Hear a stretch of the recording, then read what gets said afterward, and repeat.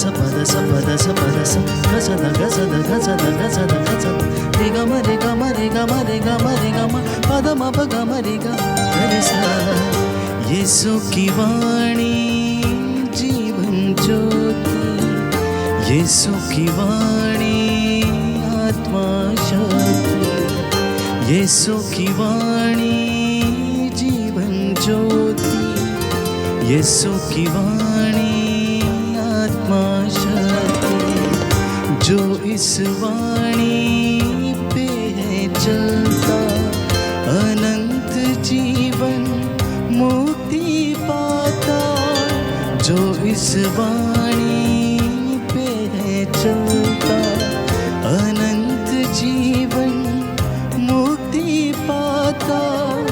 यीशु की वाणी जीवन ज्योति, यीशु की वाणी आत्मा शक्ति, यीशु की वाणी जीवन ज्योति, यीशु की वाणी आत्मा शक्ति।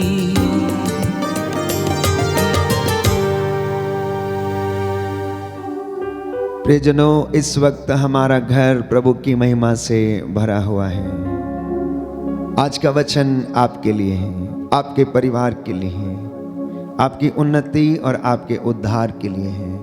प्रभु से कहना कि प्रभु मैं इस वचन को ग्रहण करता हूँ, मैं इस वचन के द्वारा अनुग्रह रिसीव करता हूँ और ये वचन आपके बंधनों को तोड़ेगा। प्रियजनों, मध्यस्थता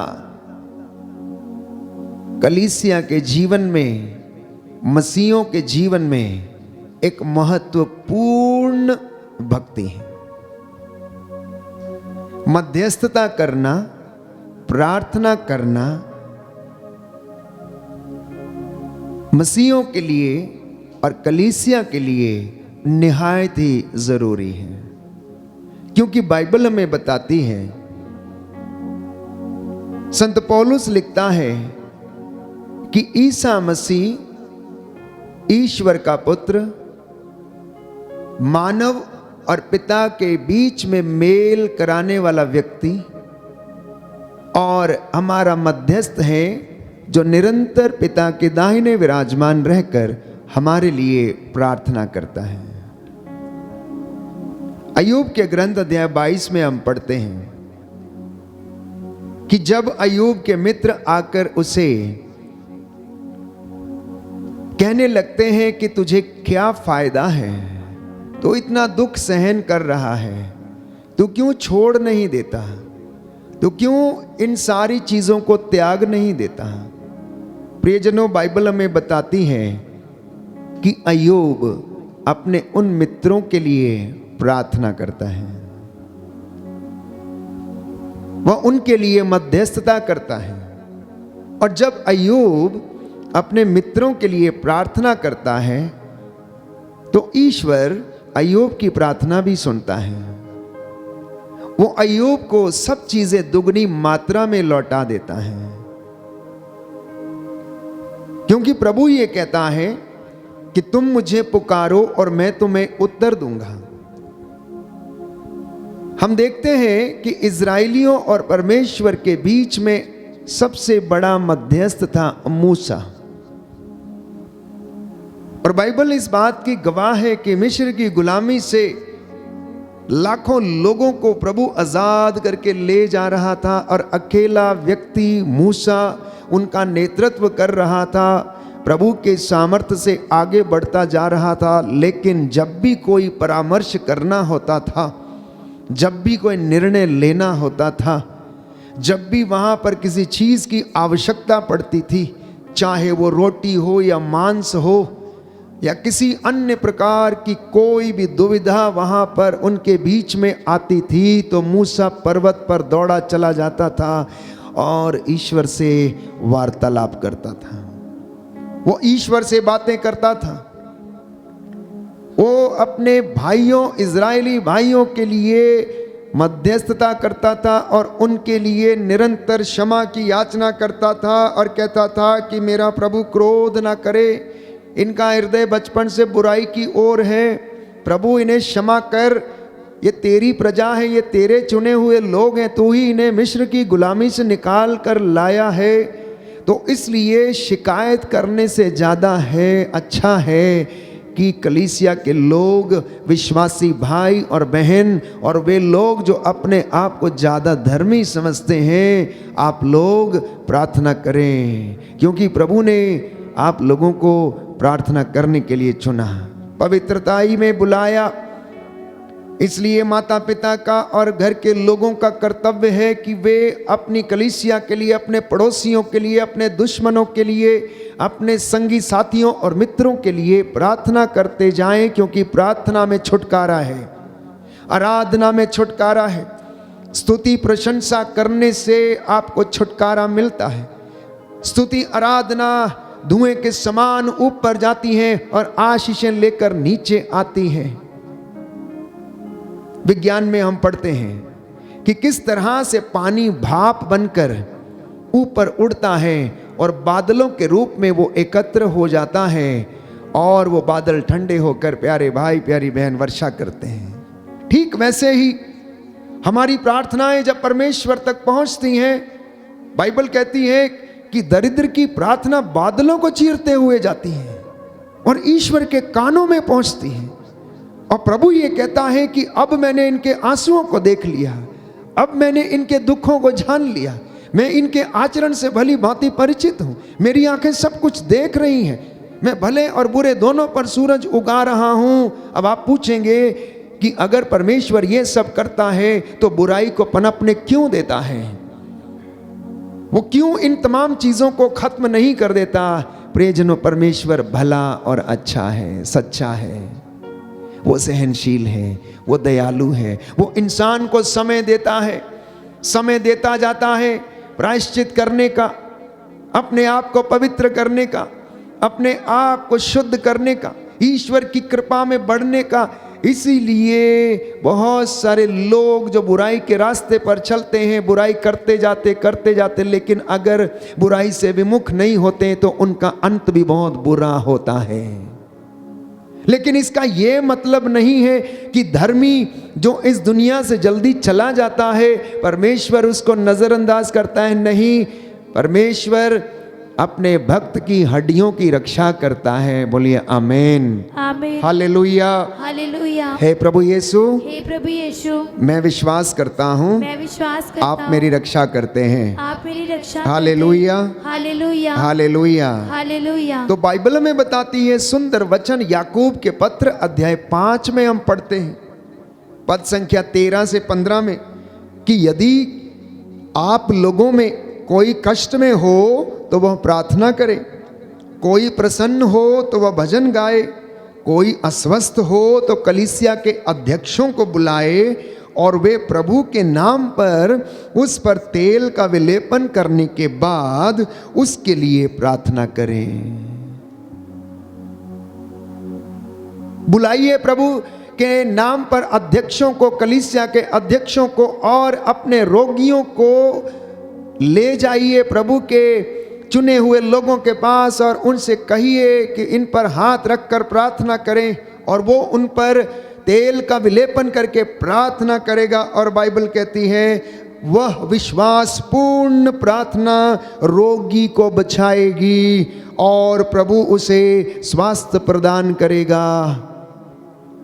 उसने यदि पाप किया है तो उसे क्षमा मिलेगी। Hallelujah, hallelujah. दाहिना हाथ उठाकर इस वचन को मेरे पीछे दोहराइए। याकूब का पत्र अध्याय 5 पद संख्या 13 से 15। पद संख्या 13 से 15। प्रभु का वचन कहता है, प्रभु का वचन कहता है, यदि आप लोगों में यदि आप कोई कष्ट में हो कोई कष्ट में तो वह प्रार्थना करे, तो वह प्रार्थना करे, कोई प्रसन्न हो कोई प्रसन्न हो तो वह भजन गाए, तो वह भजन गाए, कोई अस्वस्थ हो कोई अस्वस्थ तो हो कलीसिया के अध्यक्षों को बुलाए कलीसिया के अध्यक्षों को बुलाए और वे प्रभु के नाम पर और वे प्रभु के नाम पर उस पर तेल का विलेपन करने के बाद उस पर तेल का विलेपन करने के उसके बाद लिए प्रार्थना करें। उसके लिए प्रार्थना करें। वह विश्वासपूर्ण प्रार्थना वह विश्वासपूर्ण प्रार्थना रोगी को बचाएगी रोगी को बचाएगी और प्रभु उसे स्वास्थ्य प्रदान करेगा। और प्रभु उसे स्वास्थ्य प्रदान यदि करेगा। उसने पाप किया है यदि उसने पाप किया तो है उसे क्षमा मिलेगी। तो उसे क्षमा मिलेगी। Hallelujah, hallelujah, hallelujah. हालेलुया। तो प्रियजनों, हम अक्सर देखते हैं कि लोगों के पास शिकायतों का पिटारा है। हर दिन इंसान ना जाने कितनी शिकायतें करता है। भोजन के लिए शिकायत है, कपड़ों के लिए शिकायत है, बच्चों के लिए शिकायत है, आर्थिक तंगी है तो शिकायत है। अधिकांशता हमारे मुख से शिकायत निकलती है।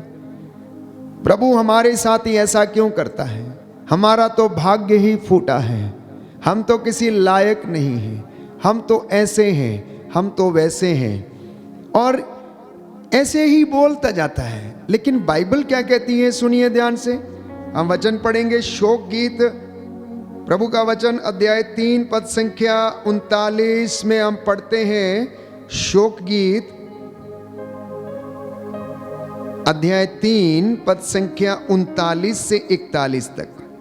Book of lamentations chapter 3 words 39 onwards. मनुष्य शिकायत क्यों करे? इससे कहीं अच्छा है कि वह अपने पापों पर नियंत्रण रखे। हम अपने आचरण की जांच और परीक्षा करें और प्रभु की ओर अभिमुख हो जाएं। हम अपने हृदय और हाथ स्वर्ग के ईश्वर की ओर कर लें। हमने पाप और विद्रोह किया है और तूने हमें क्षमा नहीं किया। तूने क्रोध धारण कर हमारा पीछा किया और निर्दयता से हमारा वध किया। तूने अपने को बादल में छिपा लिया जिससे तेरे पास कोई दुहाई ना पहुंचे। प्यारे भाइयों और बहनों, ये इंसान की प्रवृत्ति है कि इंसान हमेशा क्या करता है, शिकायत करने की कोशिश करता है। लेकिन बाइबल कहती है शिकायत करने से कहीं ज़्यादा अच्छा ये है कि वो इंसान अपने पापों पर नियंत्रण रखे, अपनी बातों पर नियंत्रण रखे, अपनी जीभ पर नियंत्रण रखे, अपनी श्रवण शक्ति पर नियंत्रण रखे, अपने व्यवहार की जांच करता जाए और अपने आचरण की जांच और परीक्षा करे और प्रभु की ओर अभिमुख हो जाए, अर्थात प्रभु की ओर चला आए। कमियां अगर आप देखेंगे तो आपको कमियां ही नजर आएंगी, लेकिन हमारे लिए, एक विश्वासी के लिए महत्वपूर्ण बात यह है कि हम प्रभु का अनुग्रह देखें। हर घड़ी, हर पल, हर क्षण जब हम आराधना में, प्रार्थना में, मिस्सा बलिदान में भाग लेने के लिए आते हैं, प्रभु का वचन सुनने के लिए आते हैं, तो उस वक्त हमारा कनेक्शन पिता ईश्वर के साथ जुड़ना चाहिए। सारी बातों को भूलकर हमें ईश्वर से जुड़ जाना चाहिए ताकि हम चार्ज होते जाएं पवित्र आत्मा के सामर्थ्य से, उसके वरदान से, उसके अनुग्रह से हमारा घर और हमारा जीवन बढ़ता जाए। इसलिए शोक गीत अध्याय 2 पद संख्या 18 और 19, book of lamentations chapter 2 words 18 and 19 onwards. तुम सारे हृदय से प्रभु सियोन के रक्षक की दुहाई दो। तुम्हारे आंसू दिन रात नदी की तरह बहते रहें। तुम रुको नहीं, निरंतर रोते रहो। उठो, रात को चिल्लाओ। पहले पहर में अपना हृदय पानी की तरह बहा दो। अपने बच्चों की प्राण बचाने के लिए प्रभु के सामने हाथ उठाकर प्रार्थना करो, क्योंकि वे गलियों की नुक्कड़ों पर भूख के कारण बेहोश पड़े हुए हैं। आज यही दशा है प्यारे भाइयों और बहनों, नौजवान बच्चों की, नवयुवक और युवतियों की, जो आपके अधिकार में नहीं, आपके अधीन नहीं हैं। वो ऐसा लगता है मानो गली के नुक्कड़ में मूर्छित पड़े हुए हैं।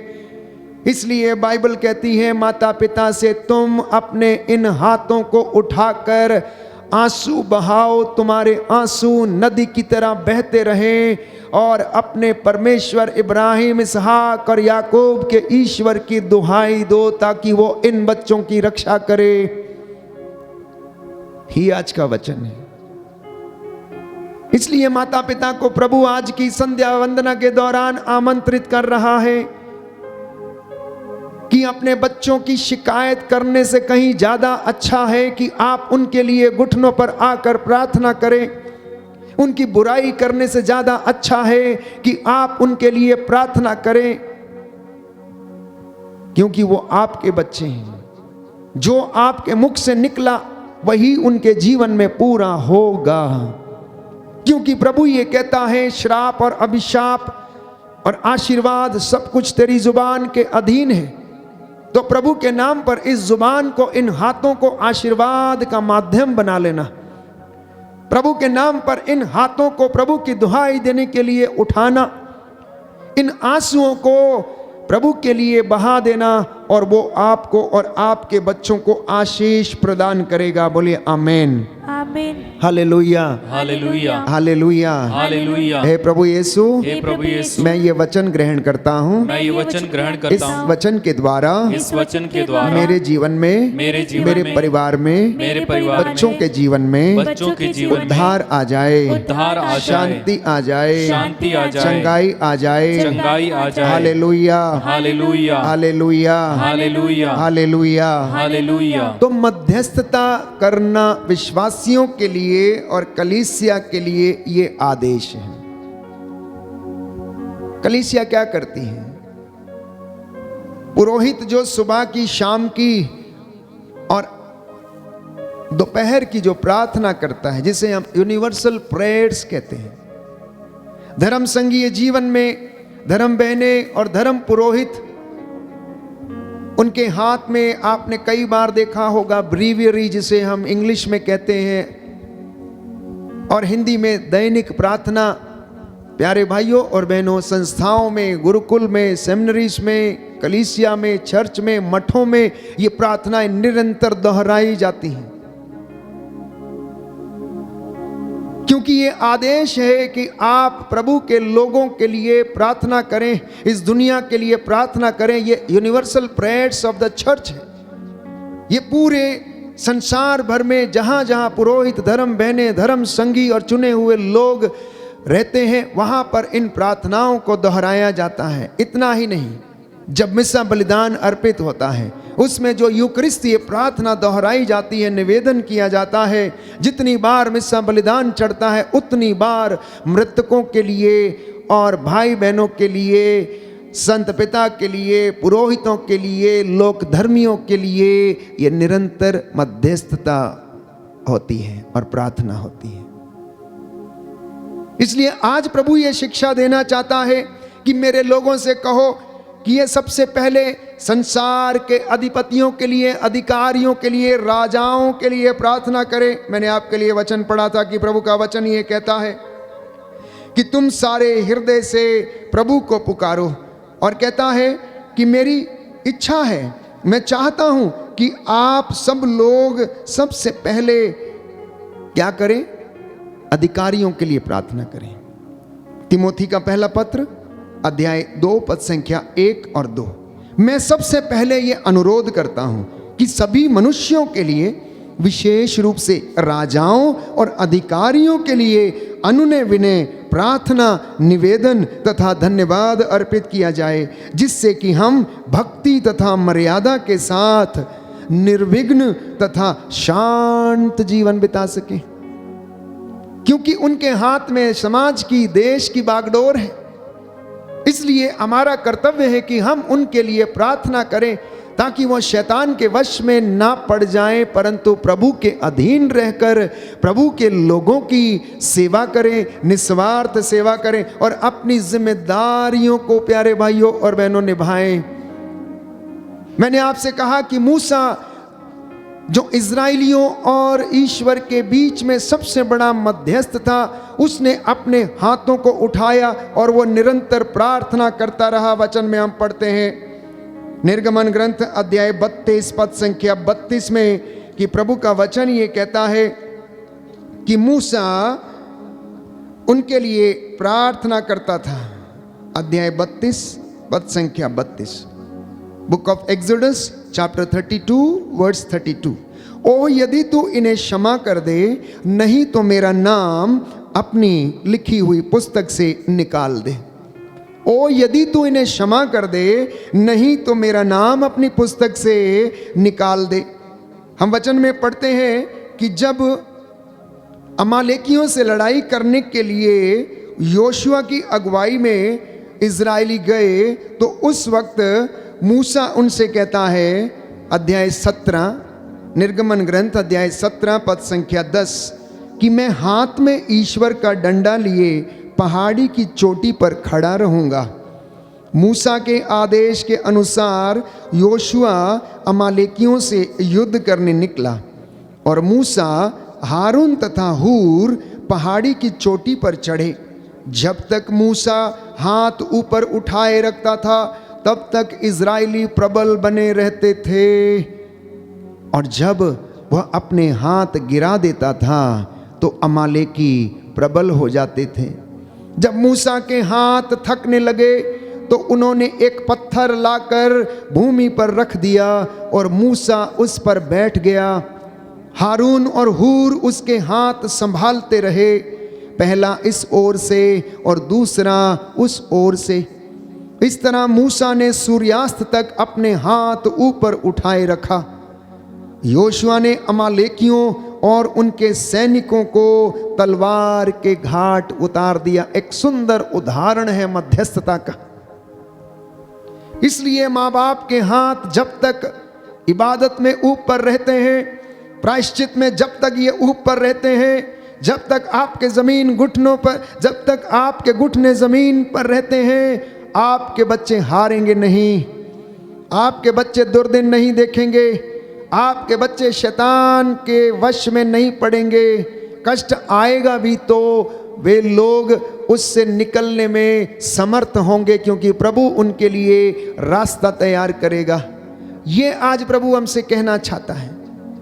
इसलिए संसार की अनेक बातों को छोड़कर मध्यस्थता करना सीखें। प्रिय मसीहों, विश्वासियों, learn to intercede for your brothers, for your sisters, for your own children. जिस किसी से आपको शिकायत है, यदि कोई आपका शत्रु है, तो उसके लिए प्रार्थना करना। आपको याद है बाइबल हमें बताती, प्रेरितों के कार्यकलाप में जब पौलुस और सीलस बंदी गृह में थे, प्यारे भाइयों और बहनों, तो कलीसिया आग्रह के साथ प्रार्थना कर रही थी, हाथों को उठाकर मध्यस्थता कर रही थी। हर एक घर में प्रभु के दासों को छुड़ाने के लिए बंदी गृह से प्रार्थना हो रही थी। प्रार्थना में बहुत ताकत है। प्रार्थना प्यारे भाइयों और बहनों चमत्कार करती है। आराधना स्तुति ऊपर जाती है और आशीषें लेकर नीचे आती है। आप करके देखिए, जो करते हैं उन्होंने इस बात को अनुभव किया। मैंने व्यक्तिगत रूप से अपने जीवन में अनुभव किया है।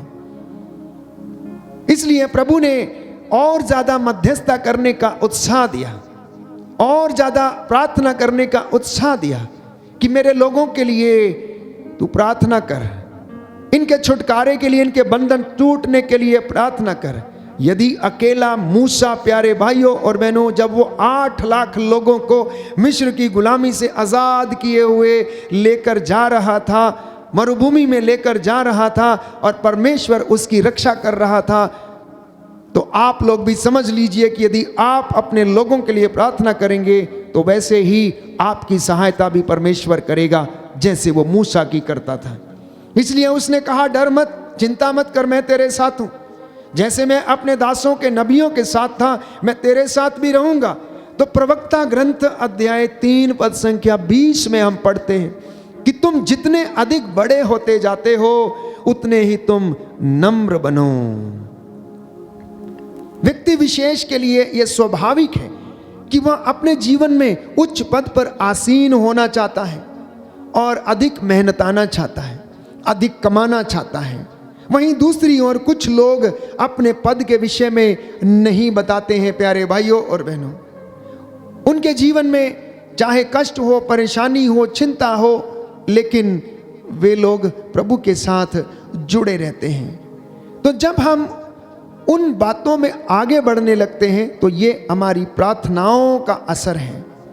इसलिए हमारी प्रार्थनाएं हमको परमेश्वर तक लेकर चले, ये हमें निरंतर प्रार्थना करने की आवश्यकता है, मध्यस्थता करने की आवश्यकता है, इंटरसेशन करने की आवश्यकता है। तमाम परेशानियां हैं, ना केवल आपके घर में, ना केवल कलीसिया में, ना केवल शहर में, ना केवल समाज में, पूरी दुनिया में, पूरे संसार भर में अनेक प्रकार की परेशानियां हैं, क्योंकि इंसान उलझने वाली बातों में उलझा हुआ है।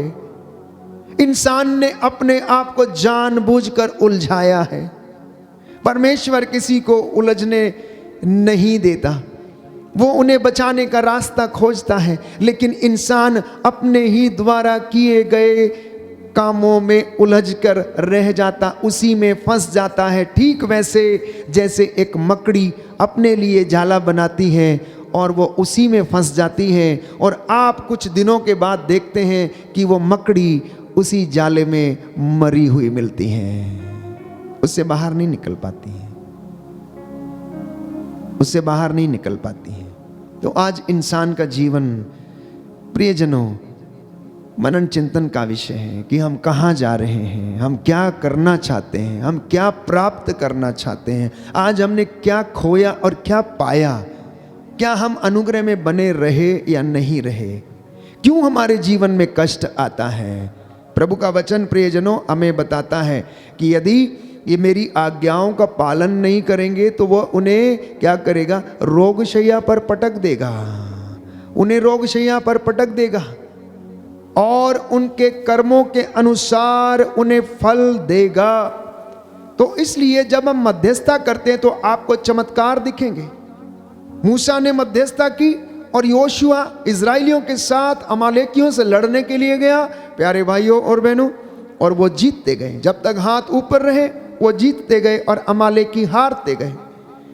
लोगों ने, प्रेरितों के कार्यकलाप में हम वचन में पढ़ते हैं, अपने घरों में आग्रह के साथ प्रार्थना किया और बंदी गृह में प्रभु के चेलों के बंधन खुल गए, उनकी बेड़ियां टूट गईं। इतना ही नहीं, प्रभु यीशु जो स्वयं प्रार्थना करने वाला व्यक्ति था, आदत के अनुसार नित्य प्रतिदिन पहाड़ी पर जाकर संध्या समय पिता से बातें किया करता था, मशवरा किया करता था। तो हम जो इंसान हैं, कमजोरियों का इंसान जो पुतला है, उसे कितना दृढ़, कितना शांत और कितना विश्वास में भरा होना चाहिए, ये आज के मनन चिंतन का विषय है। हमें कितनी प्रार्थना करनी चाहिए, कितनी मध्यस्थता करनी चाहिए। कुछ लोग पूछते हैं, फादर हमें कितनी प्रार्थना करूं, सुबह तो करता हूं, समय ही नहीं मिलता है, समय नहीं मिलता, आना चाहता हूं, आ ही नहीं पाता हूं। प्यारे भाइयों और बहनों, प्रभु का दरबार हमेशा खुला रहता है। जैसे आप सरकारी दुकान में, गल्ले की दुकान में अपना राशन कार्ड लेकर जाते हैं और वहाँ से क्या लेके आते हैं, राशन लेके आते हैं, वैसे ही प्रभु का दरबार भी खुला रहता है। आप अपनी मन्नतें लेकर आइए और अनुग्रह लेकर आप घर जाइए। प्रभु की कृपा हर दिन नई है, कभी पुरानी नहीं होती है। हम सोचते हैं कि हम रोज एक ही प्रार्थना दोहराते हैं और ये पुरानी हो गई है, अब कुछ नया सुनना चाहिए, कुछ नया आना चाहिए। लोग प्रार्थना से बोर होने लगते हैं, एक ही प्रार्थना, उसी को रोज रोज दोहराएं, उसी को, वही पुरानी रट्टू तोते वाली प्रार्थना। प्यारे भाइयों और बहनों, वो तो मात्र शब्द हैं, लेकिन नयापन जो है वो आपके विचारों में आना चाहिए, नयापन जो है आपकी बातों में आना चाहिए, जो नयापन है आपके उठने बैठने में आना चाहिए, नयापन आपके प्रार्थना दोहराने में आना चाहिए, नयापन आपके स्वीकृति प्रायश्चित में आना चाहिए, तब आपका कल्याण होगा। क्योंकि बाइबल हमें बताती है कि ये जो वचन हम रोज दोहराते हैं, ये जीवंत वचन है। जितनी बार आप इसका इस्तेमाल करते हैं उतनी बार उनका प्रभाव उतना ही रहता है जितने वो प्रभावित हैं। इसलिए एजेकियल नबी के ग्रंथ अध्याय 8 में हम पढ़ते हैं कि परमेश्वर का वचन भस्म कर देने वाली आग है, भस्म कर देने वाली आग। और वो परमेश्वर हमसे ये कहता है कि मैं आग की दीवार बनकर इनके चारों ओर खड़ा रहूंगा और इनकी रक्षा करूंगा।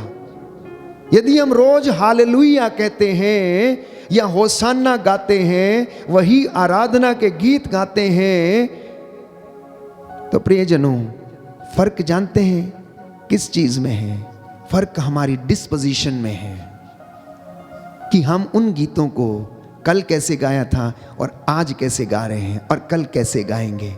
उस वक्त हमारा रवैया क्या था, हमारी सोच क्या थी, हम किस सोच से उस गीत को गा रहे हैं, हम किस सोच से प्रभु के सामने आए हैं। हम लोगों को लुभाने के लिए नहीं, दिखाने के लिए नहीं, परमेश्वर से बातें करने के लिए आते हैं। और पूरी बाइबल में दो शब्द हालेलुया और होसाना, ये दो शब्द हैं जो कि स्वर्गदूतों की भाषा है, जो स्वर्ग राज्य में निरंतर गूंजते हैं। वो कभी पुराने नहीं होते हैं।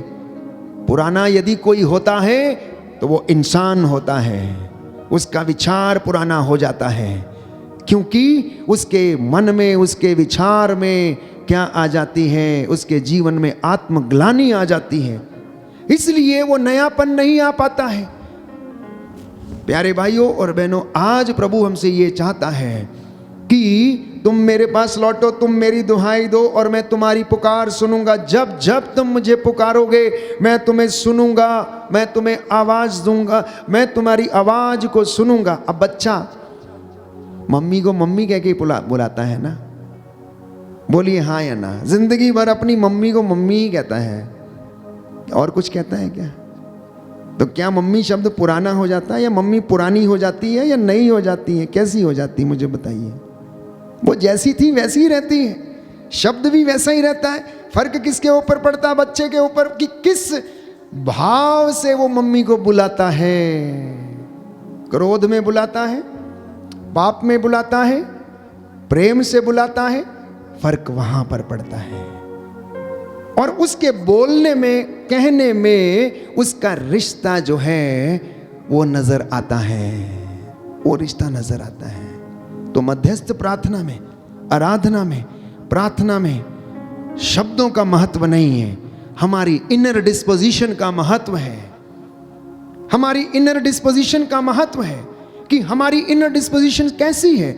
हम परमेश्वर के सामने इस वक्त बैठे हुए हैं और आप वचन सुन रहे हैं, और आप इस पवित्र संस्कार को जो वेदी के ऊपर रखा हुआ है आप देख रहे हैं, आप गा रहे हैं, आप सुन रहे हैं, आप इसको ग्रहण कैसे कर रहे हैं, ये आपको कैसे जोड़ रहा है, आपको कैसे सामर्थ्य प्रदान कर रहा है। यशायाह नबी का ग्रंथ अध्याय 58 पद संख्या 9 से 11 में, यदि तुम मुझे पुकारोगे तो ईश्वर तुम्हें उत्तर देगा, यदि तुम दुहाई दोगे तो वो कहेगा देखो मैं यहां हूं। यदि तुम उसे पुकारोगे तो वो कहेगा कि मैं प्रस्तुत हूं। यदि तुम अपने बीच में से अत्याचार दूर करोगे, अभियोग नहीं लगाओगे, किसी की निंदा नहीं करोगे, भूखों को अपनी रोटी खिलाओगे, पद दलितों को तृप्त करोगे, तो अंधकार में तुम्हारी ज्योति का उदय होगा और तुम्हारा अंधकार प्रकाश बन जाएगा। बोलिए आमेन, आमीन, हालेलुया, हालेलुया, हालेलुया। हालेलुया। हे प्रभु यीशु, हे प्रभु यीशु, आज के वचन के लिए आज के वचन मैं के आपको लिए धन्यवाद देता हूँ, मैं आपको धन्यवाद आपकी देता हूँ, आराधना करता हूँ, आपकी आराधना आपकी करता हूँ, महिमा गाता हूँ, आपकी महिमा जय गाता जयकार हूँ, करता हूँ। जय जयकार करता हूँ। Hallelujah, hallelujah, hallelujah. हालेलुया। आइए प्रभु यीशु, आइए प्रभु यीशु, मेरे जीवन में, मेरे जीवन मेरे में, परिवार में मेरे परिवार आपकी में महिमा प्रकट हो जाए। आपकी महिमा प्रकट हो जाए। Hallelujah, hallelujah, hallelujah. हालेलुया। अब मध्यस्थता करने के बहुत सारे माध्यम हैं, प्रार्थना करने के बहुत सारे माध्यम हैं। किसी को चुप बैठकर प्रार्थना करना अच्छा लगता है, तो किसी को व्यक्तिगत प्रार्थना करना अच्छा लगता है, तो किसी को सामूहिक रूप से प्रार्थना करना अच्छा लगता है, तो किसी को गाकर स्तुति प्रशंसा करना बहुत अच्छा लगता है, किसी को मौन रूप से प्रार्थना अच्छी लगती है, मध्यस्थता अच्छी लगती है, तो किसी को स्तुति आराधना के द्वारा। तो इन सब के लिए कुछ महत्वपूर्ण बातों का आवश्यक हमारे जीवन में होना है। अपने विश्वास की अभिव्यक्ति एवं ईश्वर में विश्वास को हम प्रकट करें, और वो इन बातों से प्रकट होती हैं, जैसे मैंने कहा कि प्रार्थना करते समय हमारा आंतरिक भाव कैसा है। क्या हम स्वार्थ के लिए प्रार्थना करते हैं? क्या हम दिखाने के लिए, या फिर अपने टैलेंट का प्रदर्शन करने के लिए? नहीं प्यारे भाइयों और बहनों, एक नाकेदार और फरीसी दो लोग मंदिर में आए प्रार्थना करने के लिए। प्रभु ने दृष्टांत उन्हें सुनाया और कहा कि नाकेदार द्वार पर खड़ा होकर घुटने टेक कर छाती पीट पीट कर कहता रहा, प्रभु मुझ पर दया कर, प्रभु मुझ पर दया कर, प्रभु मुझ पर दया कर, मैं पापी हूं, मैं गुनाहगार हूं। और फरीसी छाती ठोक कर कहता रहा कि मैं दशमांश देता हूं, मैं ये काम करता हूं, मैंने इतने पुण्य के काम किए हैं, और अपने सारे लिस्ट प्रभु को गिना कर चला गया है। ऐसा लग रहा था जैसे कि परमेश्वर को मालूम नहीं है। और बाइबल कहती है कि परमेश्वर की आंखें सब कुछ देखती हैं, वो हृदयों की थाह लेता है, वो बाहरी रूप नहीं देखता है, वो आंतरिक हृदय देखता है, अंतर मन को देखता है। कभी कभी हमारे जीवन में हम देखते हैं कि इस हृदय में कितनी खोट है, कितनी ईर्ष्या है, कितना अहंकार है, और हम जिंदगी उसी में बिता लेते हैं, उसी में बिता लेते हैं। तो आज बाइबल हमें आमंत्रित करती है कि निराशाजनक परिस्थिति में भी आशा के साथ विश्वास करना, ये इनर डिस्पोजिशन है।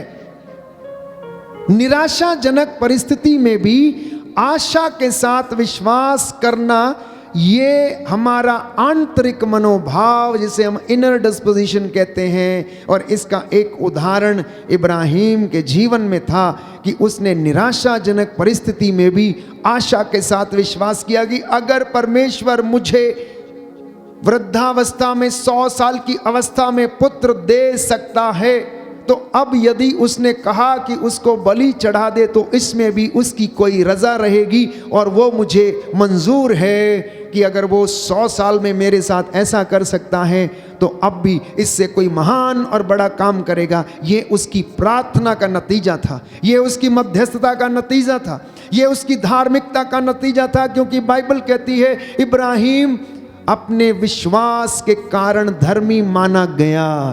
तो इसलिए एक विश्वासी के जीवन में जब वो प्रार्थना करता है, एक भक्त के जीवन में उसकी इनर डिस्पोजिशन यानी कि आंतरिक मनोभाव मायने रखता है, बाकी चीजें नहीं, बाकी चीजें नहीं।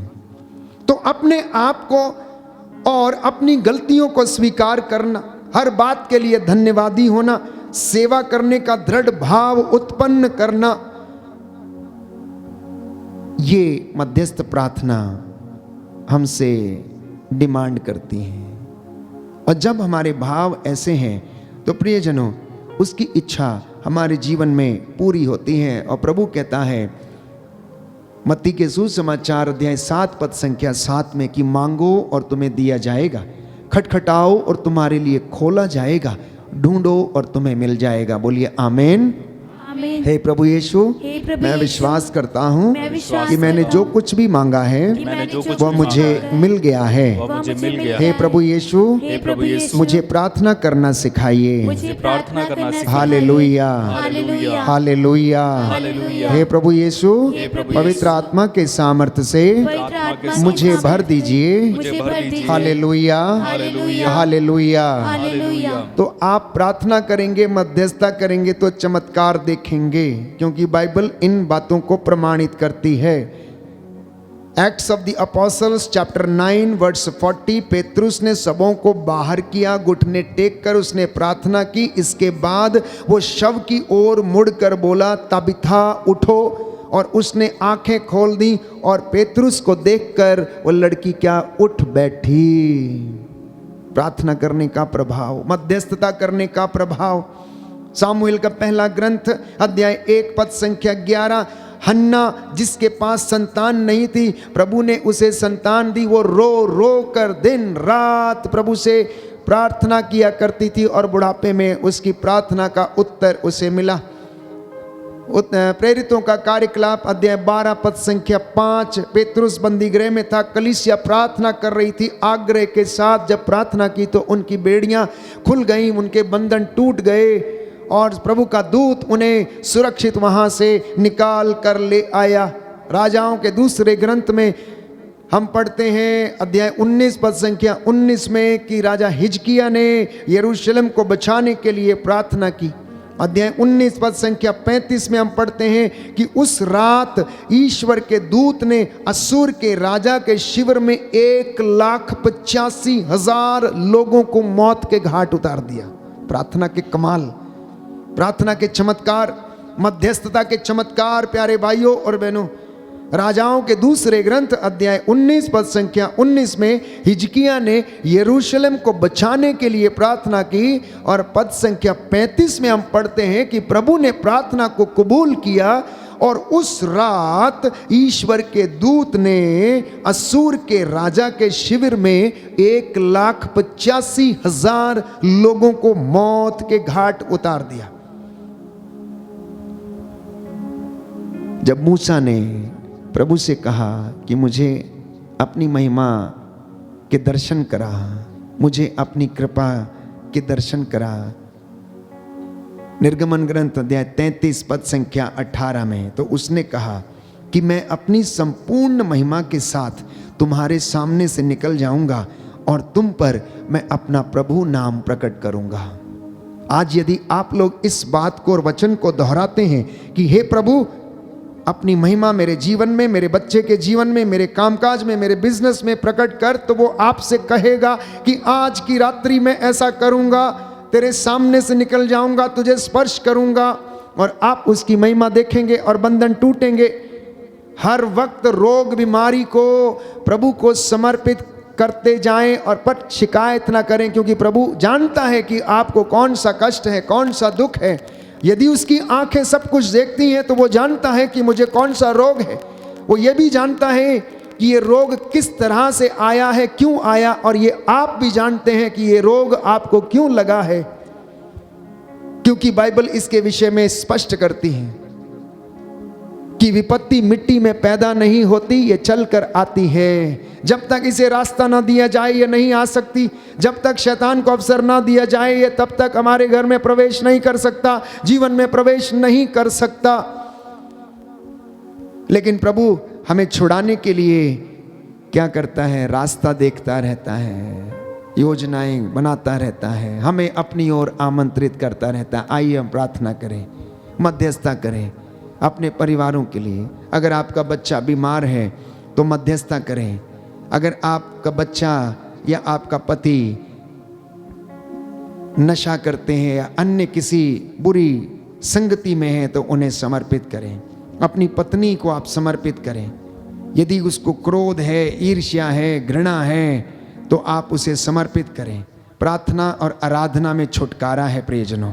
प्रार्थना बंधनों को तोड़ देती है, स्तुति आराधना ऊपर जाती है, आशीष लेकर नीचे आती है। अपने आप को शुद्ध करें, पवित्र करें। यहोशुआ के ग्रंथ में हम पढ़ते हैं, कल प्रभु तुम्हारी आंखों के सामने चमत्कार करेगा। कल क्या, आज रात्रि आपके जीवन में चमत्कार होंगे। मैं आपको विश्वास दिलाता हूं कि आज जितने लोगों ने इन वचनों को ग्रहण किया है, आपके जीवन में प्रभु ने आपको स्पर्श कर दिया, चंगाई दे दी है।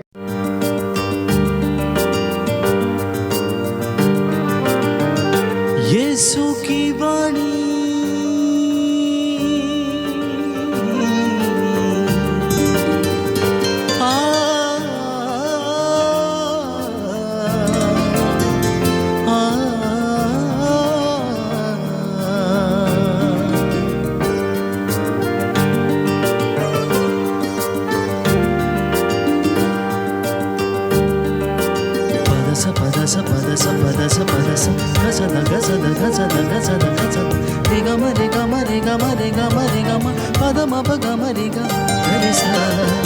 यीशु की वाणी जीवन ज्योति, यीशु की वाणी आत्मा शक्ति, यीशु की वाणी जीवन ज्योति, यीशु की वाणी आत्मा शक्ति, जो इस वाणी पे है चलता, अनंत जीवन मुक्ति पाता।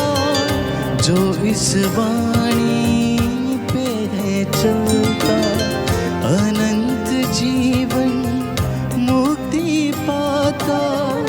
यीशु की वाणी जीवन ज्योति, यीशु की वाणी आत्मा शक्ति, यीशु की वाणी जीवन ज्योति, यीशु की